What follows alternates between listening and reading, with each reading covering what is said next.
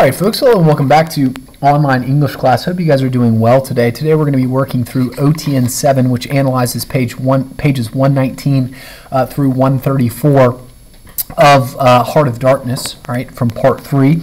We're going to be looking specifically at a number of characters' interpretations and response to Kurtz, who acts as a kind of nexus point in the construction of their worldviews.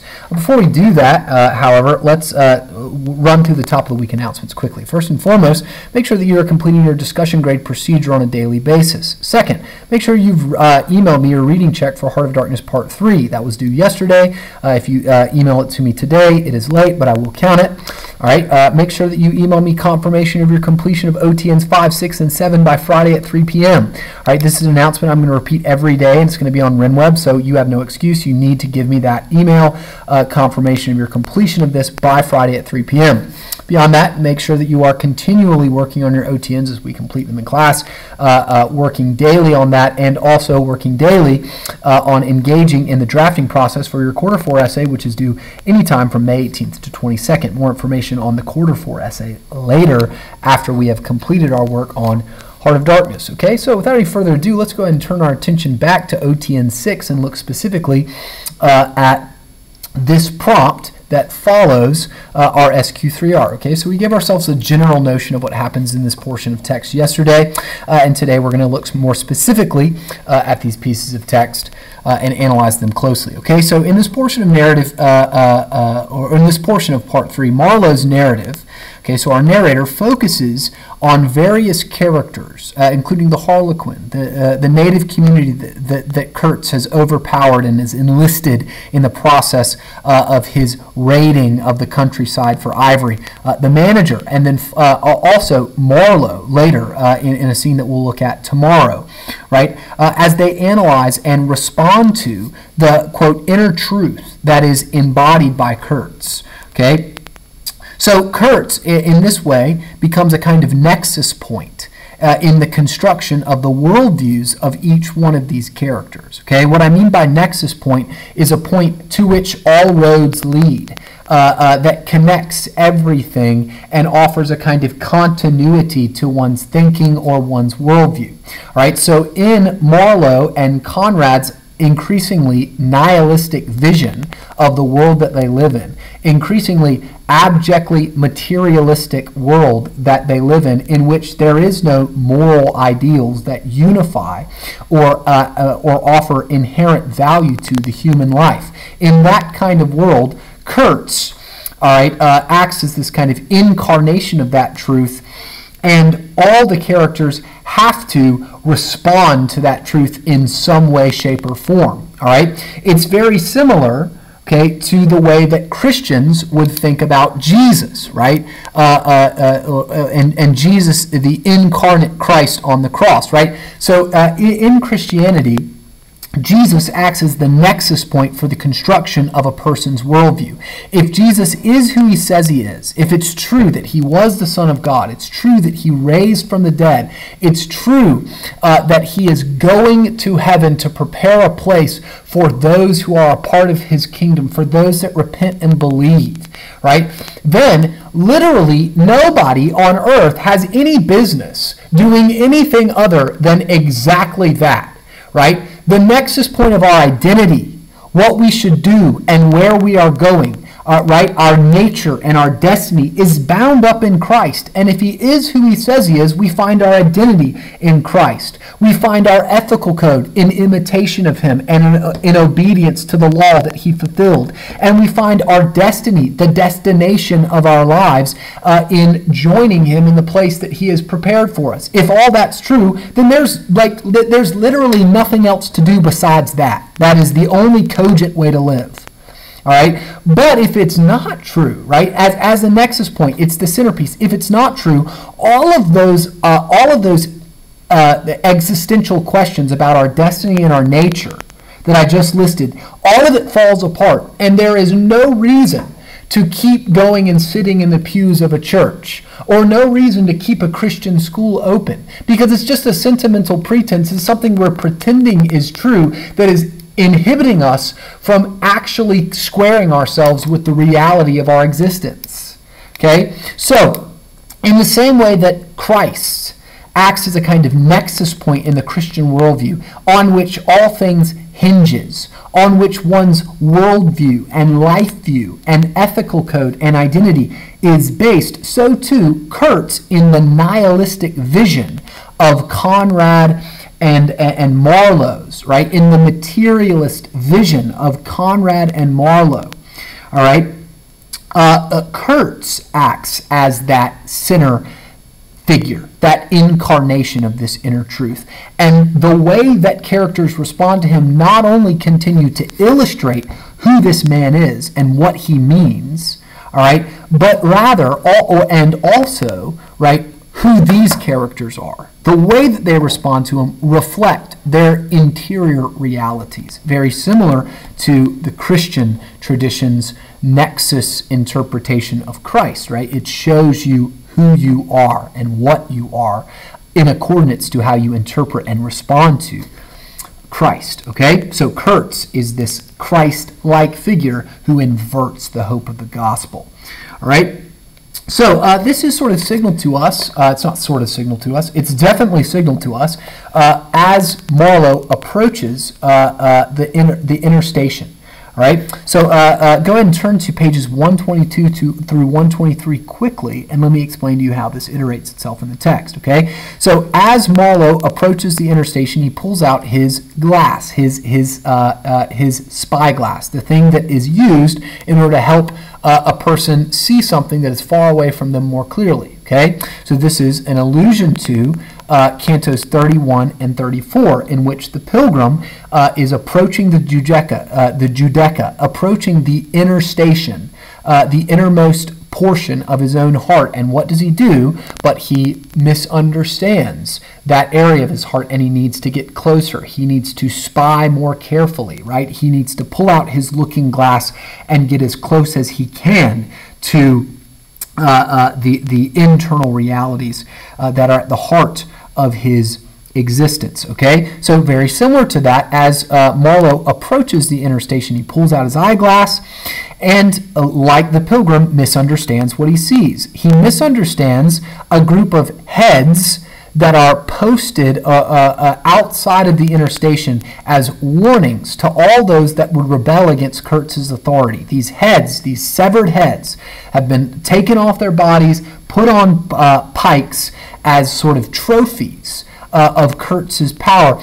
Marlowe thinks that they're just like ornaments. He thinks that he doesn't understand that they're actually severed heads at first, right? As he's approaching Kurtz, still hoping that Kurtz is the man that Marlowe wants him to be in this portion of the narrative, in this timeline here, he sees once and for all, whoa, this dude is not who I thought he was. And he views this as a kind of symbol. All right, he views this image as something that is going to be used as a symbol throughout the course of part 3. And that is very basically, right, this image of heads, a group of heads, severed from their bodies, right, put on pikes, all facing and looking at the inner station where Kurtz lives. All right.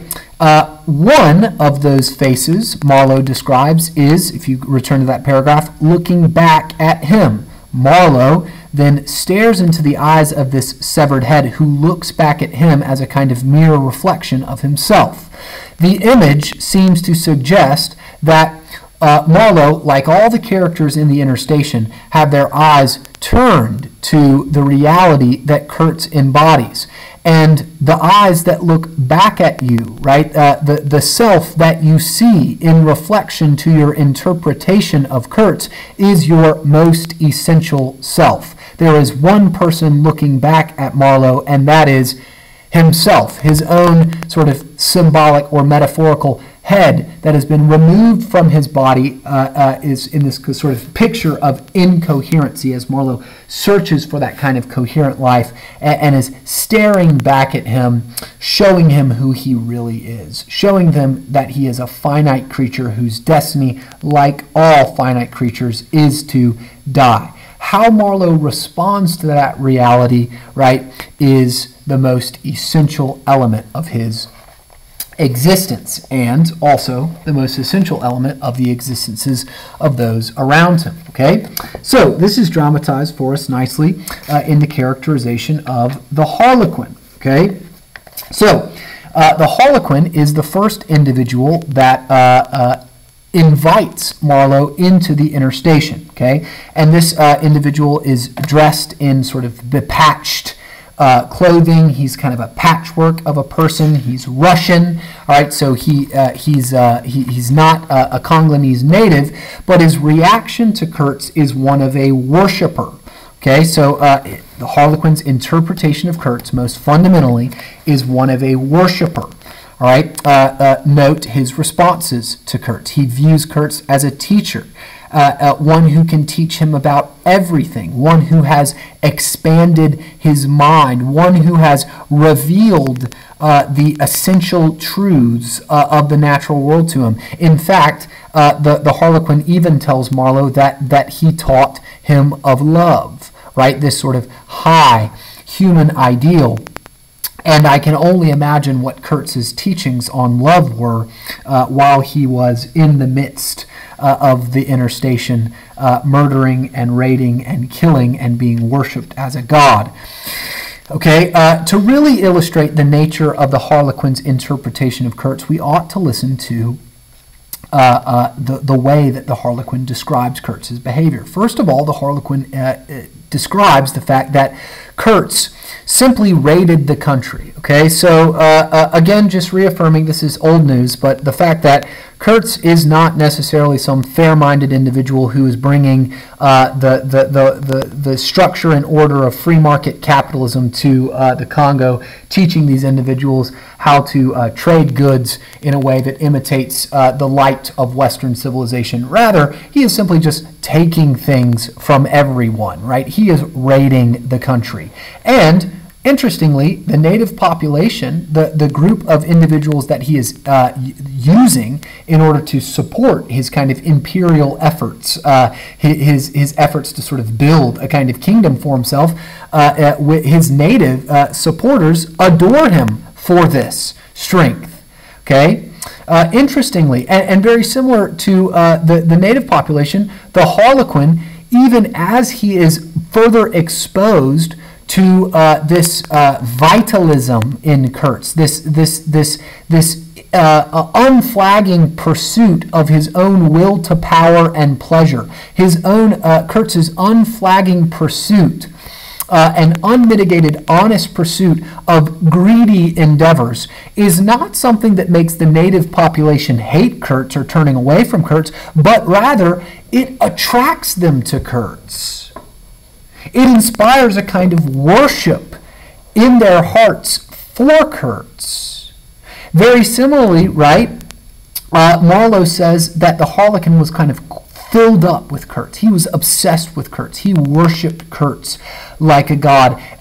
This is a kind of ironic allusion to being filled with the Spirit. For in the Christian sense, when one is redeemed, when one is reconciled to God, they are filled with the Holy Spirit. He abides with them. Much in that same way, whenever the Harlequin sort of converts to the worship and adoration of the inner truth embodied by Kurtz, he is filled up with this man. He is occupied constantly with this man. He is swayed and directed by this man. The Harlequin says, what can you expect? He came to them with thunder and lightning, you know. In other words, right, he came to them with guns and weapons and kinds of technology that they'd never seen before. And these were not meant to illuminate the darkness of their backward savage lives. Rather, they were simply tools that were used by Kurtz in order to expand on his savage desires. All right? This is not a story about the distinction between the civilized good guys and the savage backwards natives, but rather a story about Marlowe coming to terms with the fact that Kurtz and the individuals that he went to colonize are motivated by the same interior darkness. And that darkness is the unflagging pursuit of wills to power and pleasure. And that pursuit is amoral. that pursuit is not morally coherent, nor does it need to be. Okay? He says Kurtz could be very terrible, but you can't judge Mr. Kurtz as you would an ordinary man. What, according to the Harlequin, is an ordinary man? What is this juxtaposition between Kurtz and ordinary? Well, it would seem to be implied that the ordinary man, the ordinary European, it doesn't have the strength of character to reckon with the fact that this is what he is, and to pursue that unflaggingly, right? But rather equivocates about his greed, equivocates about his internal wills to power and pleasure, and tries to persuade himself that though he is a greedy man, that he is a good man. The Harlequin says you can't judge Mr. Kurtz like that. No, no, no. And then he gives him a kind of story. Just to give you an idea, I don't mind telling you, he wanted to shoot me too one day. All right, so Harlequin, this man who was obsessed with Kurtz, it becomes evident that Kurtz even threatened to kill this individual, this Harlequin. But I don't judge him. Shoot you, I cried. What for? Well, I had a little bit of ivory the chief of that village near my house gave me. Okay, so the Russian trader had some possessions of his own, some kind of object that Kurtz desires, obviously ivory. You see, I used to shoot game for them.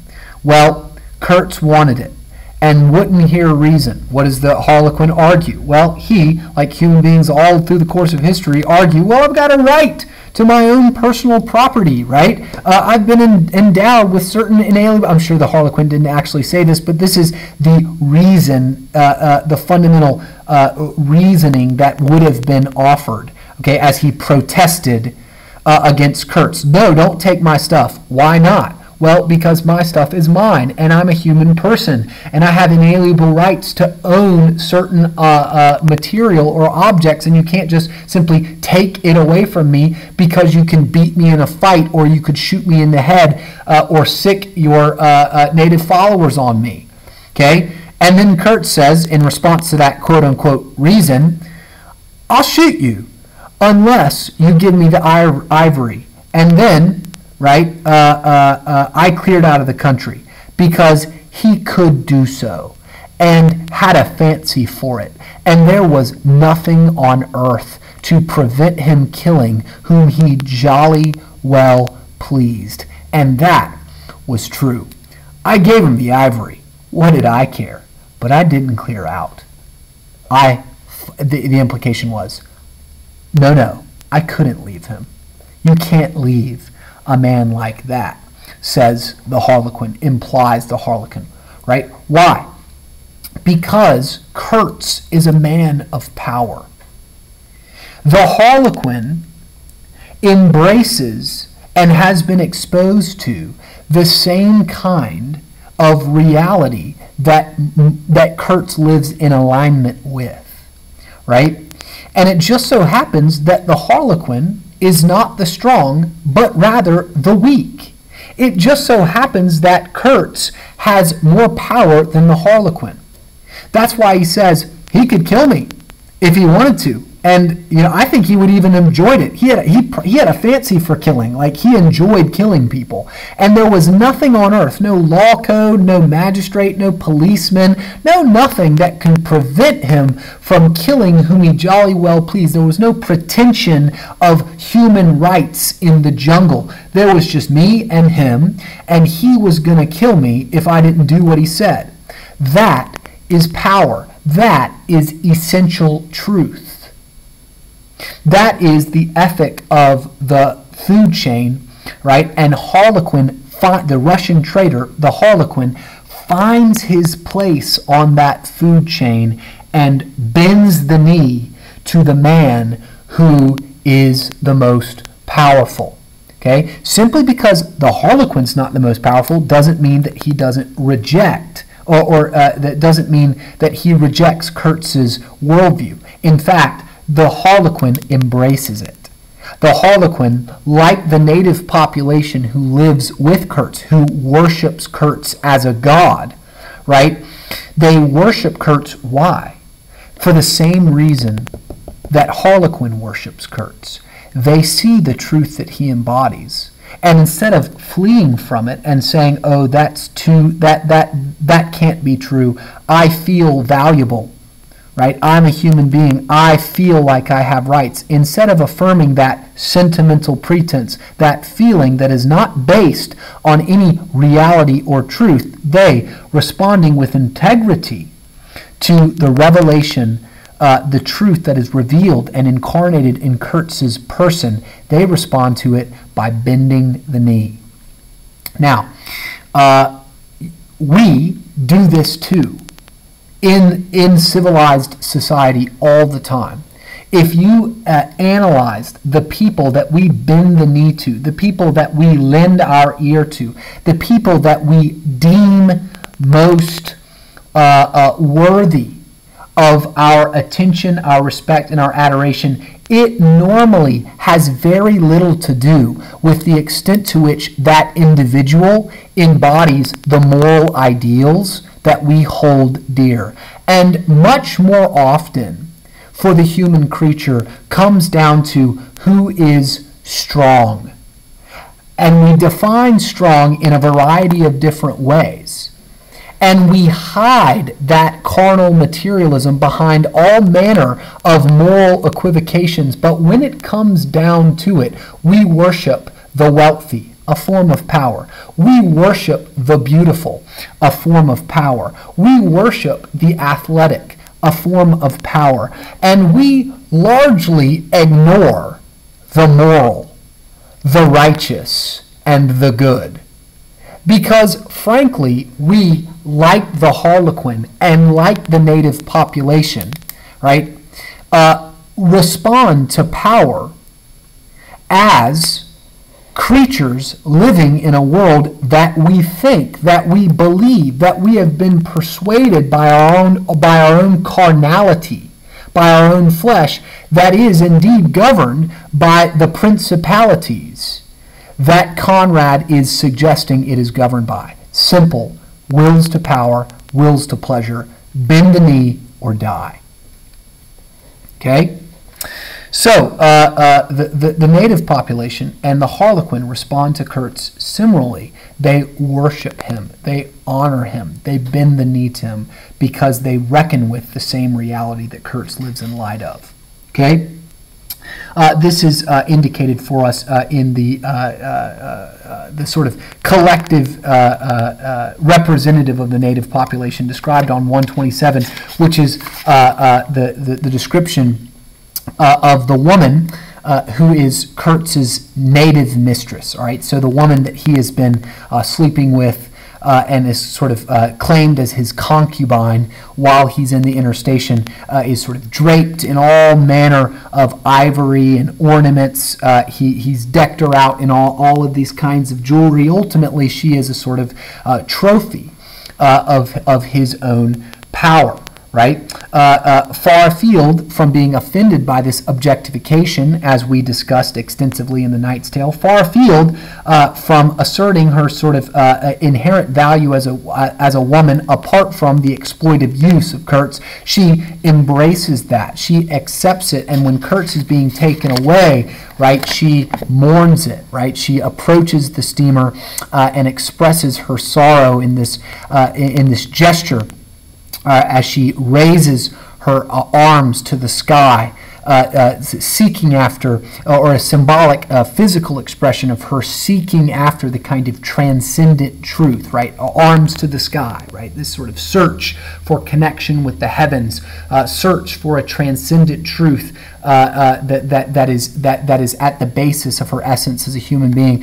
She views Kurtz as that essence. She reaches out for him. She reaches unto him, a kind of God, right? An incarnation of carnal materialism, and mourns the fact that he is dying, that he's being taken away from her.